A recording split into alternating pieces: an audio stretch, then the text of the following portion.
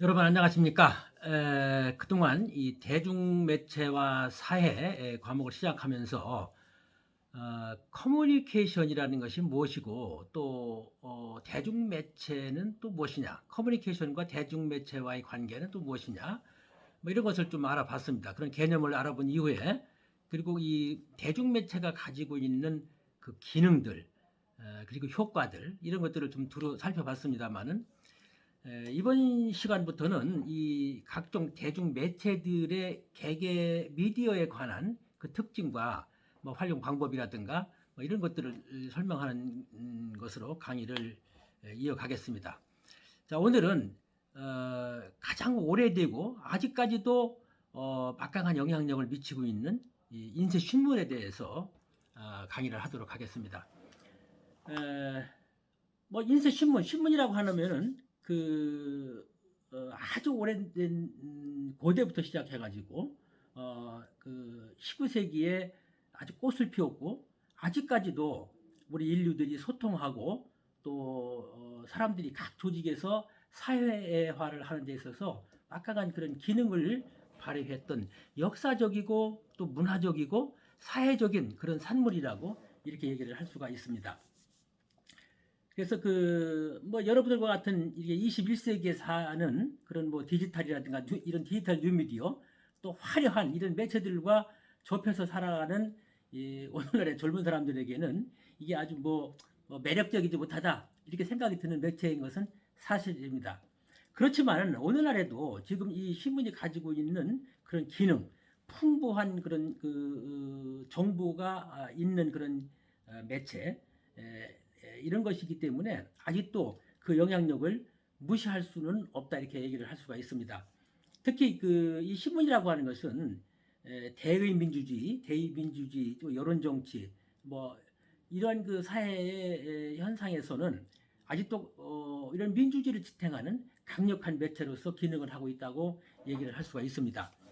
그래서 끊임없이 새로운 이야기를 추구를 하고 또 사회에 대한 관심을 유도를 하고 여러 가지 그 뉴스를 제공하면서 사회에 이런 그 변화하는 모습들을 보여주는 것으로 끝나지 않고 각종 지식과 정보를 제공하는 것으로 끝나지 않고 여론을 조성하는 그런 측면이 있죠. 그래서 여론을 조성해서 사람들이 그 정치에 참여 정치를 성공적으로 이끄는 데 있어서 대단히 중요한 그런 역할을 하는 것이 이 신문이다 이렇게 얘기를 할 수 있는 것이죠. 특히 그 신문의 상관 조정 기능이 이런 여론 정치, 이 시민들의 정치 참여를 도와주는 데 있어서 대단히 중요한 역할을 하고 있다 이렇게 말씀을 드릴 수가 있습니다.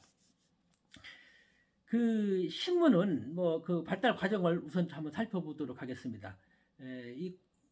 뭐 신문이라고 할 수는 없겠지만은 이 고대의 그 로마 제국 시대에는 석고판에다가 이런 그 원로원이라든가 또는 그 평민원이라든가 이런 데서 어떤 의결을 했다든가 또는 그 로마 군인들이 뭐 어디를 점령을 하러 간다든가 또 어떤 승전을 했다든가 뭐 이런 내용들을 로마 시민들에게 알리는 그런 역할을 했는데 이것도 하나의 어떤 그 미디어 역할이죠. 어떤 그 정부와 원로원이라든가 평민원 같은 정부 조직과 시민과의 어떤 그 정보를 주고받을 수 있는 그런 그 미디어 역할을 했다는 의미에서 뭐 먼 그런 의미로 본다고 그러면 넓은 의미로 본다고 그러면 신문의 기능을 했다고 얘기를 할 수가 있겠죠.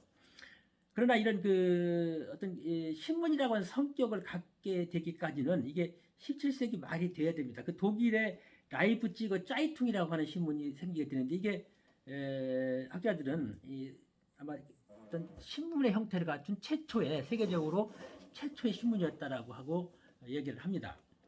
그러다가 이 활판 인쇄술이 발달을 하게 되면서 인쇄술이 발달했다는 것은 뭡니까? 빠른 시간 내에 많은 수의 그런 그 인쇄를 할 수가 있다는 얘기죠.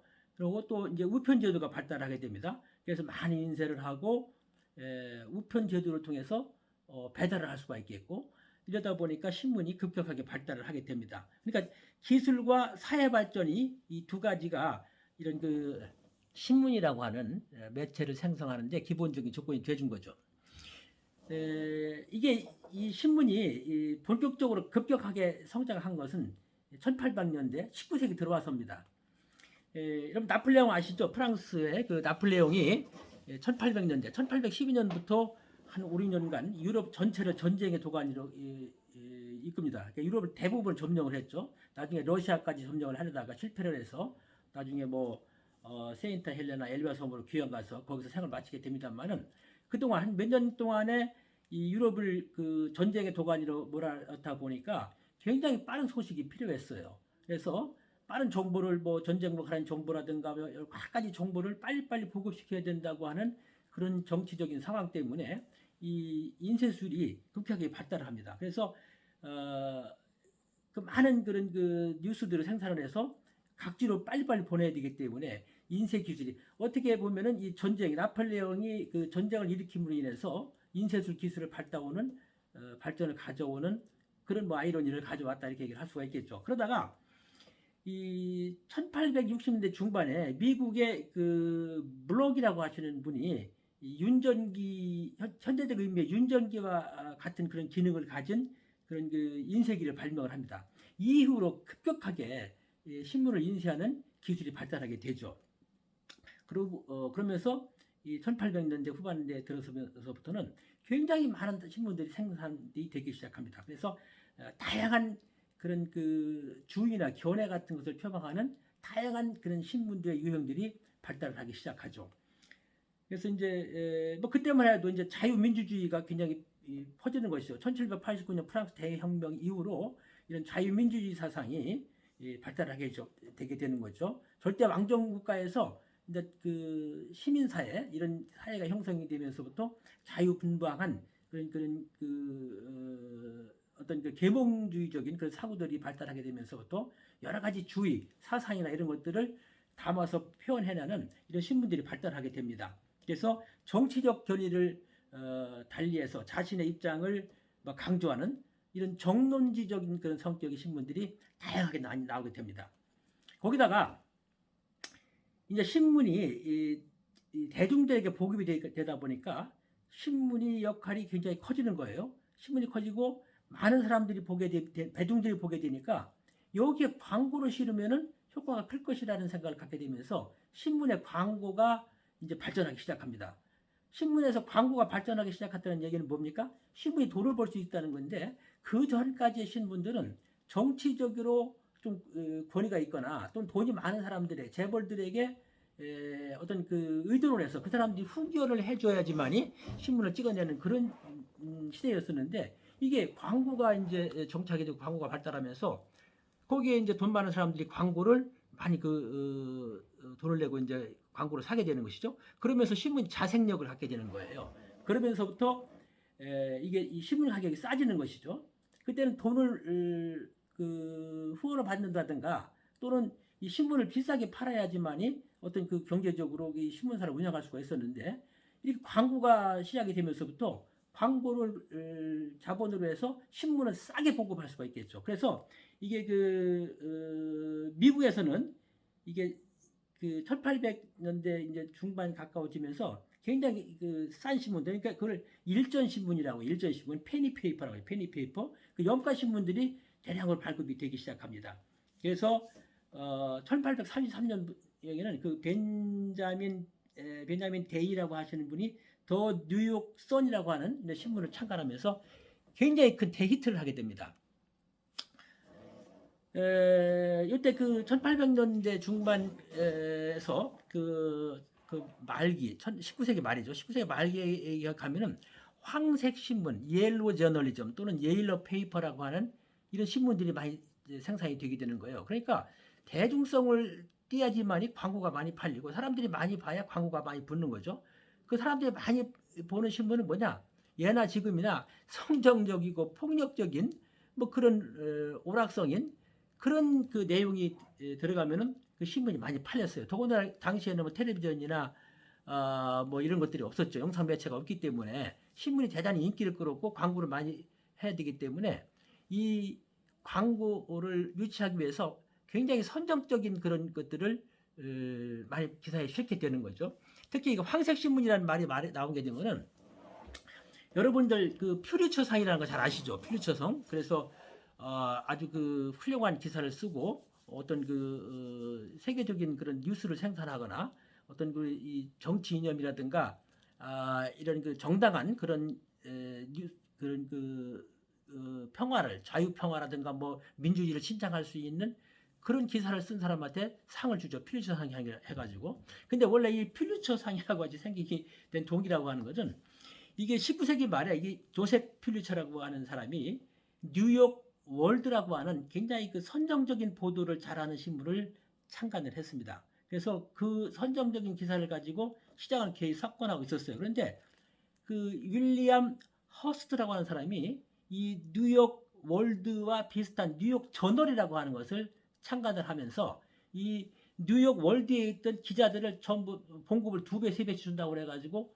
전부 기사들을 빼내요. 그래가지고 이 퓰리처가 운영하고 있던 신문과 경쟁을 하게 됩니다. 그때 그 기자들을 빼왔는데 그때 빼져 나온 사람 중에 가장 인기를 끌었던 사람이 하나 있는데 그게 만화를 그리는 사람이에요. 만화를 그린 사람 리처드 어트컬트라고 하는 만화.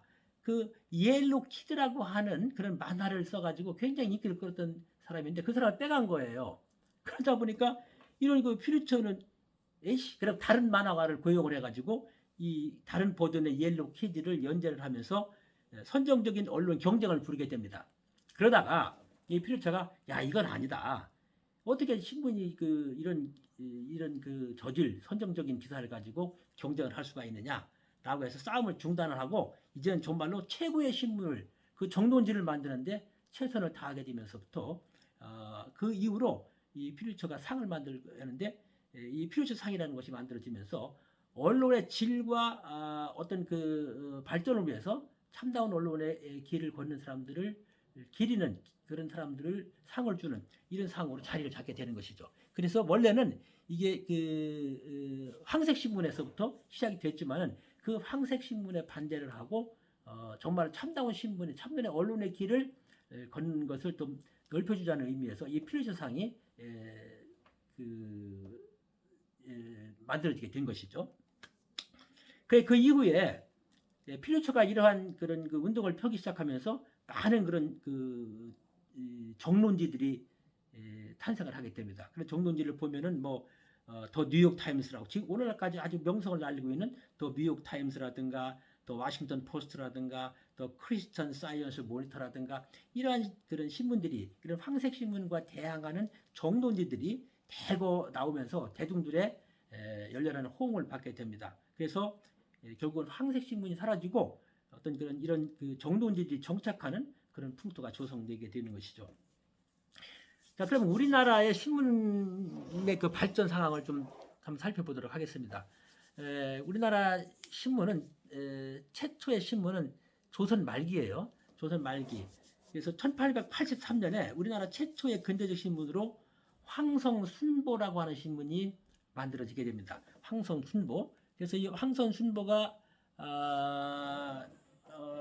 그러니까 서양 문화를 받아들이기 시작한 개화기의 첫 번째 신문이라는 데 의미가 있는 것이죠. 근데 이게 1883년에 처음으로 만들어졌지만은 한성순보라고 하는 것은 열흘 순자예요. 열흘에 한 번씩 발행하는 신문인데 그 신문이 1884년에 갑신정변이 일어납니다. 갑신정변은 일본 세력을 등에 업은 개화 세력들이 다른 세력들을 수구 세력들을 중국이나 러시아 이쪽에 등을 대고 있는 그런 세력들을 몰아내기 위해서 개화 세력들이 나를 이렇게 3일 천하를 끝났죠. 근데 그 갑신 정변 어떤 쿠데타 일종의 쿠데타 비슷한 거죠. 이런 건 갑신 정변을 일으킬 때 이 황성순보를 발행하던 방문국이 불타서 없어져 버리게 돼요.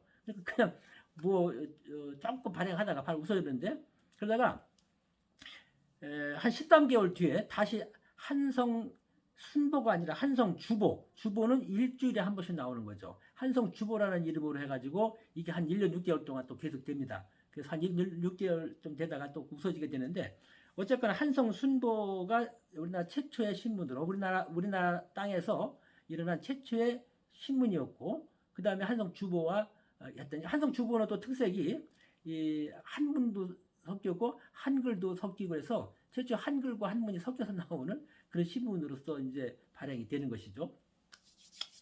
이런 그 신문들은 어쨌거나 그 관보의 성격이죠, 관보. 그리고 오늘날의 어떤 그 신문과는 좀 차이가 나는 것이죠. 어떤 정부의 소식들을 전해주는 거니까 일종 관보 성격일 땐 어쨌거나 신문의 형식을 갖추긴 했지만은 오늘날의 신문과는 많은 성격이 좀 틀린 그런 신문이었지만은 최초의 신문이었다는 데서 의미가 있습니다. 그러다가 1896년에 독립신문이 발간이 됩니다. 여러분 잘 아는 그 서재필 박사가 그러니까 1896년 4월 7일 날 민간인 신문인 서재필 박사가 신문 최초로 한글 신문으로 만들어내요. 최초로 한글 신문으로 주 3회를 발행하는데 한글로도 만들고 또 영문으로도 만들고 이게 독립신문을 만들긴 했습니다만 이게 이제 1910년 8월 29일 날 한일합방이 되죠. 조선이 일본에 의해서 완전 합병되는 그 사태가 발생하면서 독립신문도 막을 내리게 됩니다. 이제 그 한일 합방이 이루어지면서부터 그 조선 총독부에서는 일본에서는 신문을 못 만들겠어요. 소창기에는 못 만들게 하다가 이게 나중에 이제 문화 식민지 정책을 펴겠다는 정책으로 바뀌게 됩니다. 그러면서 신문을 허락하게 되죠. 그러면서 이제 해유책으로 이제 한국 사람들을 조선 사람들을 해유하겠다라고 해서 신문도 발행하는 허가하는데 이게 1920년에 지금 그 우리가 보고 있는 조선일보, 동아일보 그리고 이제 그 시대신문이라고 하는 세 가지 신문이 이제 그 창간을 하게 됩니다. 그러니까 얼마 안 있어서 바로 시대신문은 폐간이 됐지만은 조선일보와 동아일보는 아직까지도 그 명맥을 유지해서 한국 신문 역사의 중요한 역할을 담당해오고 있다 이렇게 얘기를 할 수가 있습니다. 그러다가 해방이 되면서부터 신문들이 자꾸 생겨나는데 해방이 된 직후에는 이게 이 남한에도 공산주의들이 있었어요. 좌익, 우익이 서로 투쟁하고 갈등을 심하게 할 때라서 서로가 이제 갈등을 하다가 이제 1948년 그 대한민국이 건국이 되죠. 그러면서 좌익들이 다 몰아내게 되고 좌익 신문들도 좌익 언론들도 전부 다 폐간이 되어버리는 것이죠. 우리나라 그 신문도 이 정치적인 그 이후에 해방 이후에 이제 정부가 수립된 이후에도 이 여러 가지 그 정치적인 격변기가 굉장히 많았지 않습니까? 뭐 4.19, 뭐 5.16 혁명, 뭐 5.16 쿠데타 그리고 뭐 등등 뭐 1980년 전두환 정권에 의한 또 뭐 그런 그 어떤 그 정치적 격변기 이런 게 있을 때마다 이 언론 정책이 굉장히 그 신문을 탄압하는 그런 정책으로 많이 가서 우여곡절을 굉장히 많이 가졌죠. 60년대 그 4.19 의거가 일어나면서 이 언론의 자유가 이렇게 신장이 되면서부터 좀 신문이 또 일어나듯 했습니다만 61년 박정희 장군에 의해서 쿠데타가 일어나고 이 박정희 18년 동안 독재 정치를 하는데 1972년부터는 유신 뭐 그 체제라는 것을 만들어서 굉장히 큰 장기 집권을 위한 그런 정치 시스템을 만들었죠. 그러면서 언론도 엄청난 탄압을 받게 됩니다.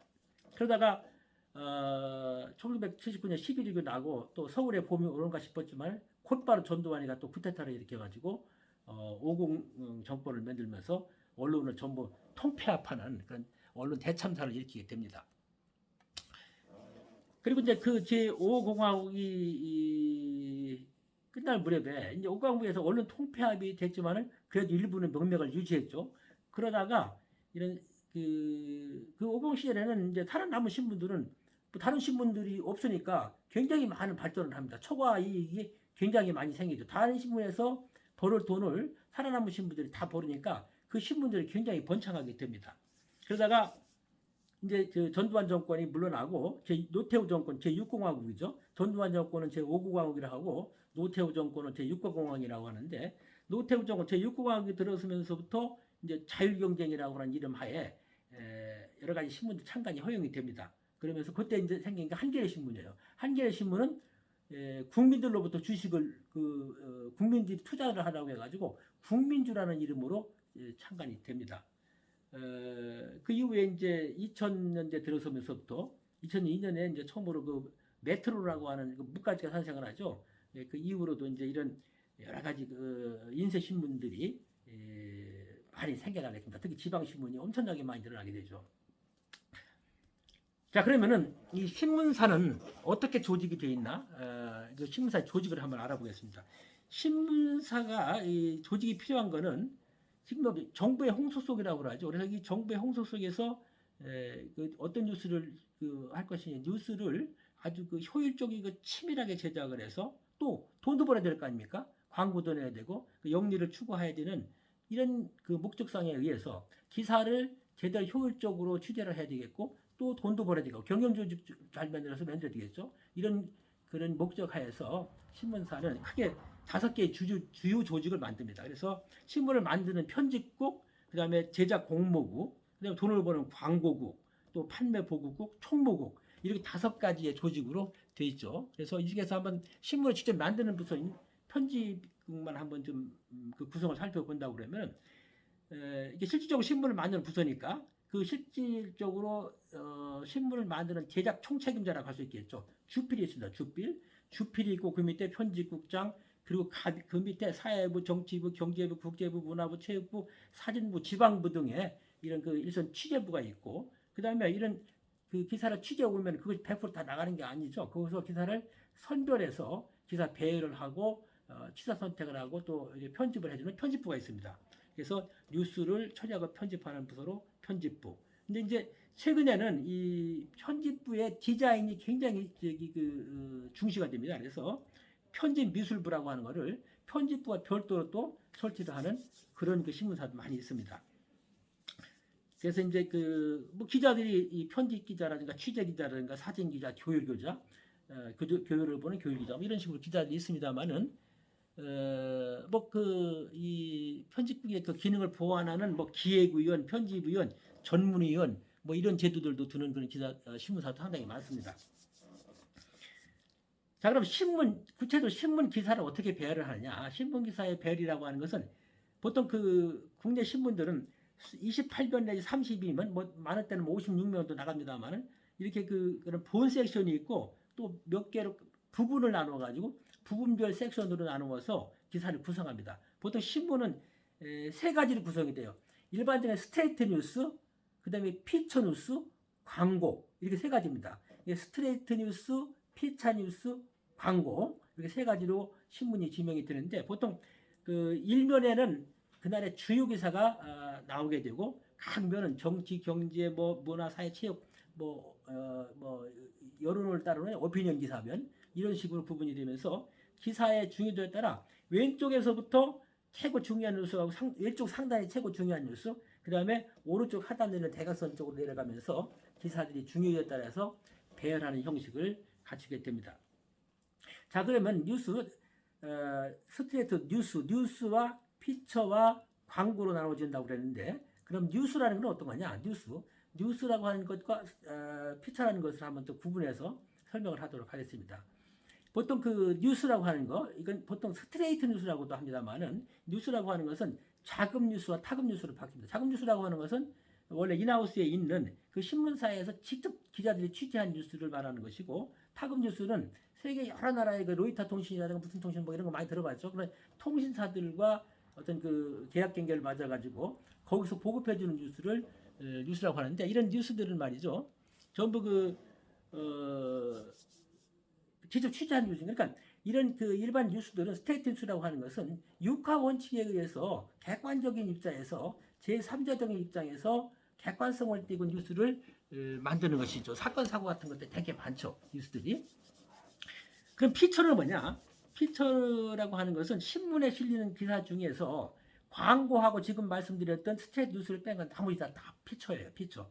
그러니까 그 피처는 뉴스성을 댄 뉴스 피처하고 뉴스하고는 아무리 관련이 없는 비뉴스 피처 이렇게 나눠집니다. 그러면 뉴스 피처는 어떤 것들이 있느냐?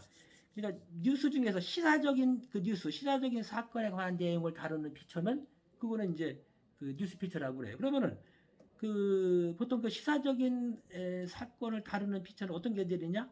논설도 피처예요. 논설이라든가 뭐 칼럼이라든가 또는 뭐 시사 만화라든가 또는 뭐 텔레비전이나 연속극 같은 거로 뭐 평을 한다든가 이런 것들이 전부 뉴스와 관련되는 그런 뉴스 피처에 해당이 되는 것이죠. 그러니까 이건 조금 전에 봤던 객관적인 시각으로 다루는 일반적인 스테이트 뉴스와 피처 뉴스가 시사적인 뉴스 피처하고 뭐가 다르냐? 이거는 그 기사를 쓰는 데 있어서 그 기사를 쓴 사람의 의견이 들어가면은 피처예요.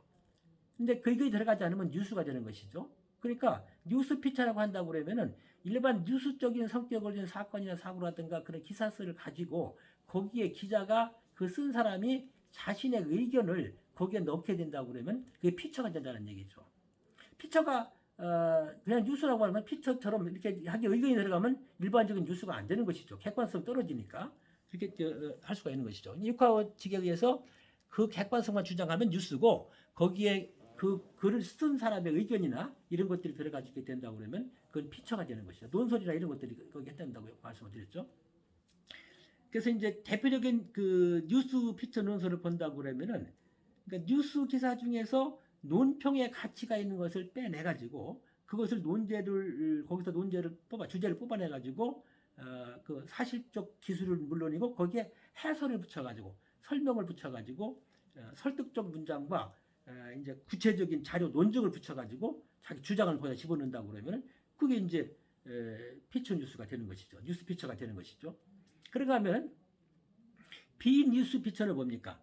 시사성이 없는 내용을 다루는 거예요. 아까 그 뉴스 피처는 시사성 있는 내용을 다루지만은 이건 시사성이 없는 것을 주제로 해가지고 다룬다는 얘기죠. 그래서 시사성은 떨어지자마는 독자들이 굉장히 그걸 보고 뭐 정보를 얻는다든가 즐거워한다든가 이러는 것이죠. 그러니까 이게 여론조사를 해보니까 그 특정한 신문을 선택하는 이유가 일반 스테이트 뉴스라는 것은 어느 신문이 똑같은데 이 피처물들이 참 볼거리가 있고 나에게 도움이 된다. 이렇게 해서 신문을 선택하는 사람들이 대단히 많다는 연구가 나오고 있어요. 그만큼 이런 비뉴스성 피처가 대단히 중요하다는 것이죠. 이 비뉴스성 피처도 몇 가지로 분류를 할 수가 있습니다. 하나는 그 서비스 유형이에요. 서비스 유형이라고 하는 것은 뭐냐 그러면은 그러니까 우리가 일상적으로 접하는 문제점을 해결하는 방법을 구체적으로 제시를 해주는 거예요. 그러니까 예를 들자고 그러면 뭐 주식 투자 요새 뭐 주식 투자 많이 일어나고 있습니다만 뭐 통합 게임이니 서학 게임이니 해가면서 그런 주식 투자를 하는 요령을 뭐 가르쳐주는 그런 피처를 한다든가 아니면 이것은 여러분들 다이어트 관심이 많죠. 그러니까 실컷 먹으면서도 살을 뺀다. 실컷 먹으면서도 살을 빼는 요령 뭐 이런 것을 가르쳐 준다고 그러면 그거 뭐 서비스형 피처로 훌륭하게 되는 것이죠.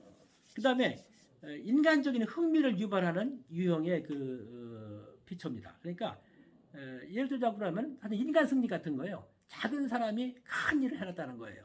그러니까 뭐 그런 2002년에 9.11 미국에서 큰 9.11 테러가 났죠. 쌍둥이 빌딩을 막 그냥 비행기 2대가 가가지고 막 폭파시켜가지고 3,000명이 넘는 사람이 죽었는 그런 대형 사건이 일어났는데 그때 그 3천여 명이 생마장될 때 기적적으로 생존한 사람들의 어떤 그 경험담이라든가 뭐 그런 것을 다루면 그것도 피처가 될 수 있는 것이고 또 뭐 하루 먹는 일용직 근로자가 수백억짜리 뭐 그냥 뭐 로또라든가 뭐 이거 벼락부자가 됐는데 그 이후에 어떻게 됐다 뭐 이런 얘기를 다룬다고 그러면은 그런 어떤 인간적인 흥미를 유발할 수 있는 그런 내용을 다뤄주면은 뭐 그런 것들도 피처가 되는 것이죠. 그 다음에 세 번째로는 정보 뉴스형입니다. 정보 뉴스형. 그러니까 이 정보 뉴스형이라고 하는 것은 우리가 조금 전에 얘기했던 감동적인 얘기라든가 생활의 지혜라든가 뭐 이런 거 갖고는 뭐 깊이 관계가 없는 거예요. 다만 그냥 정보를 정해주는 정보를 전해주는 그런 유형의 피처라고 얘기를 할 수가 있겠죠. 예를 들자고 그러면 감청과 도청의 실체를 벗긴다. 뭐 이런 폭로 기사의 피처라든가 아니면 요즘 대학에서는 음주 문화가 뭐 이렇게 바뀌고 있다든가 뭐 어떤 사회적인 어떤 특정 그 집단이나 저 사회의 추이 트렌드 같은 것들을 뭐 다뤄준다고 그러면은 뭐 그것도 이제 피처가 되는 것이죠. 그다음 네 번째 마지막으로 이 인간 프로필을 해주는 거예요. 인간의 프로필, 어떤 사람의 프로필을 해주는 거예요. 한 사람이 해는 뭐 어떤 아주 사소하면서도 인간미가 풍부한 일이라든가 또는 뭐 우리 빅스타들 아주 인기 스타들이 해내는 뭐 사소한 그런 일이라든가 이런 것들을 프로필해 주는 거예요. 그러니까 조금 전에 했던 인간적 흥미 유발형은 작은 사람들이 큰 일을 하는 거지만은 이거는 큰 사람들 인기 있고 아주 뭐 사회의 어떤 그 저명한 인사들이 해내는 아주 소소한 그런 작은 일들 이런 것들이 인간 프로필형이라고 얘기를 할 수가 있겠죠. 뭐 그러니까 연예가라든가 스포츠계라든가 이런 톱스타들이 어떤 이런 유형의 인간 프로필형의 그런 그 기사의 주인공들이 굉장히 많이 될 수 있겠죠. 그래서 뭐 요즘 뭐 잘 나가는 그런 연예인이라든가 뭐 피겨 여왕 김연아라든가 뭐 BTS라든가 아니면 뭐 스포츠 스타들라든가 뭐 이런 사람들이 뭐 특별한 어떤 버릇을 가지고 있다. 그럼 버릇을 소개한다든가 뭐 이런 것들이 이런 유형의 피처에 해당될 수가 있다고 얘기를 할 수가 있겠죠. 그다음에 이 신문의 지면을 차지하는 것 중에 빼놓으면 안 되는 것이 광고죠. 광고. 신문이 어떻게 된다고 그랬어요? 스테이트 뉴스, 그다음에 피처, 광고 이 세 가지로 된다고 그랬죠. 광고.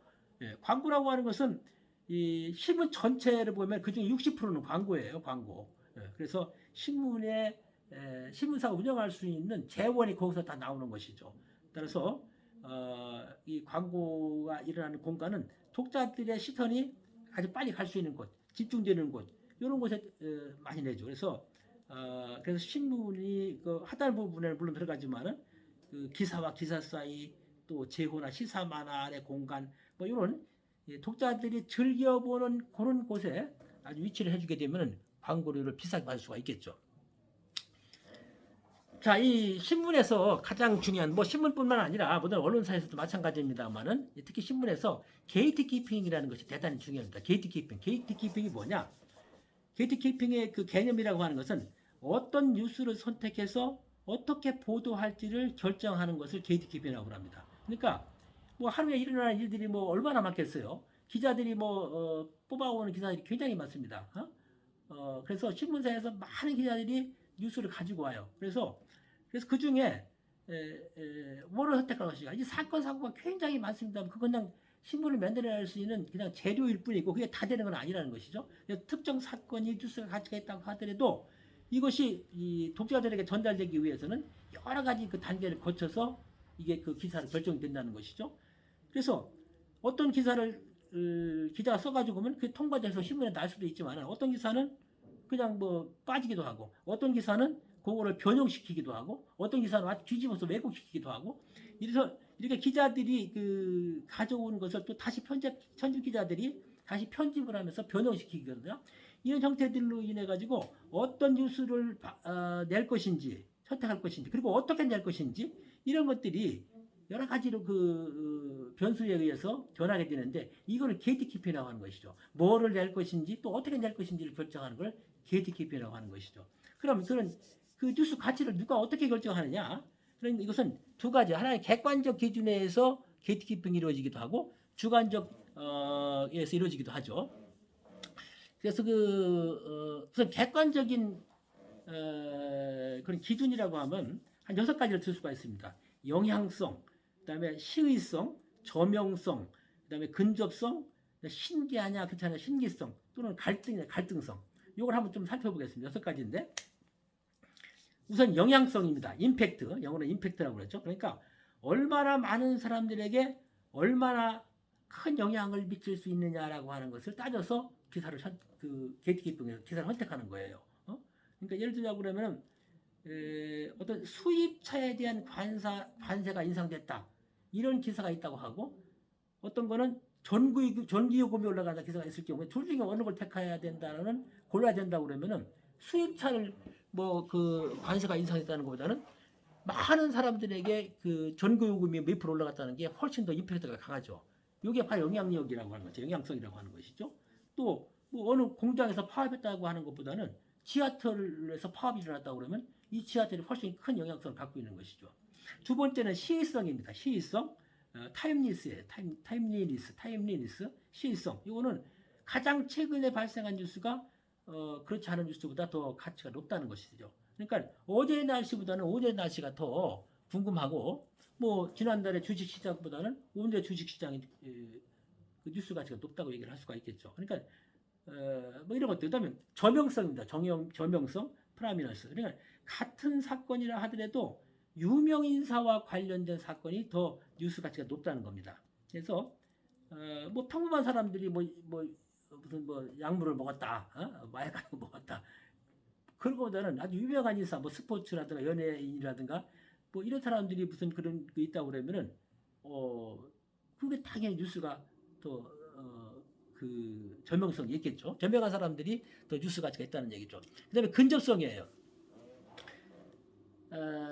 독자들에게 가까운 거리에 있는 그런 사건, 거리에서 발생한 사건이 또 뉴스로 선택할 수 있는 가치가 높다는 겁니다. 그래서 이 근접성이라고 하는 것은 물리적 근접성, 심리적 근접성 이렇게 두 가지로 나눌 수가 있어요. 근데 물리적 근접성이라고 하면 예를 든다고 그러면 이제 미국의 항공기가 우리나라 동해안에 추락했다. 뭐 요 경우하고 미국의 항공기지만 대서양에 추락했다. 그럼 어디가 더 기사가 될까요?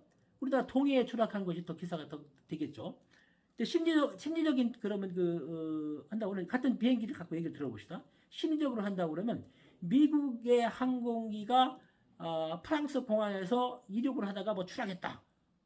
뭐 이럴 때 할 때 뉴스하고 그 같이 하고 그다음에 똑같은 거예요. 미국의 항공기가 프랑스 공항에서 추락을 했는데 그때 한국인이 몇 명 타고 있었다. 이러면은 그게 큰 수가 뉴스가 된다는 것이죠. 이게 심리적인 거예요. 미국의 항공기가 프랑스에 일어났다는 것은 거리적으로는 물리적으로는 굉장히 멀지만 거기에 한국인이 탔다고 그러면 이게 뉴스 가치가 굉장히 크다는 얘기입니다. 그 다음에 그 신기성의 휴먼 인터레스트 사람들에게 굉장히 이게 신기하구나. 뭐 이런 그러니까 이상하고 괴상한 그런 사건으로 인식이 된다고 그러면 뉴스 밸류가 더 크다는 것이죠. 그러니까 사람이 개를 문다 그러면 그 뉴스 밸류가 큰 거예요. 개가 사람 물었다고 하는 것보다는 사람이 개를 물어서 개가 뭐 어떻게 됐다. 그러면 그 뉴스가 큰 것이죠. 그러니까 신기한 것이죠. 그 다음에 갈등성입니다. 갈등성. 컨플릭트예요. 그러니까 갈등 있는 것. 갈등.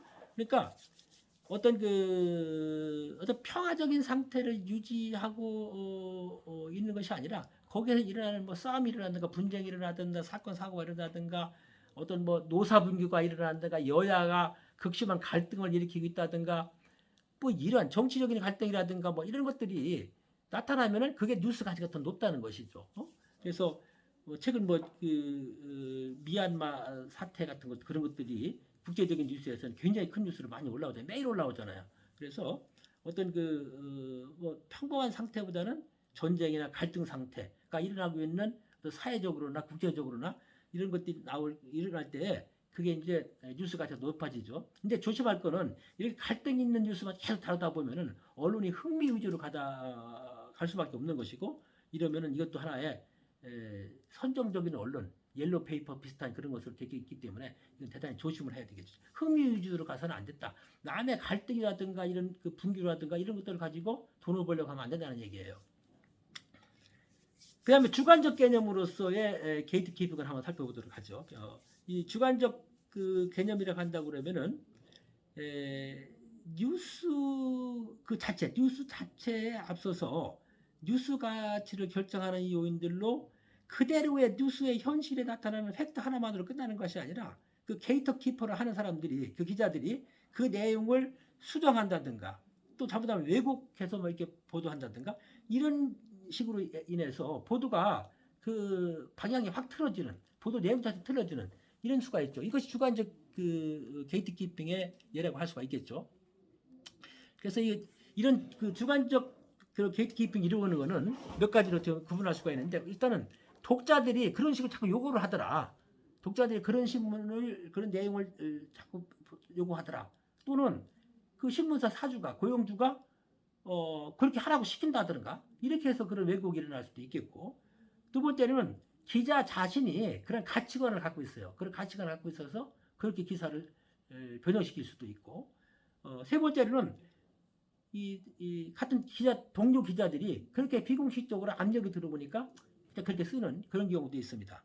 그 다음에 뭐 이익사 단체라든가 암독단체라든가 이런 데서 압력이 들어오니까 이제 그렇게 거기에 비율을 맞추다가 보니까 그렇게 기사를 쓰는 수도 있겠고 또는 그 뉴스를 제공한 사람이 그렇게 써달라고 그래가지고 그렇게 쓰는 뭐 그런 뉴스의 그런 주관적인 게이트키핑이 일어나는 경우도 있습니다.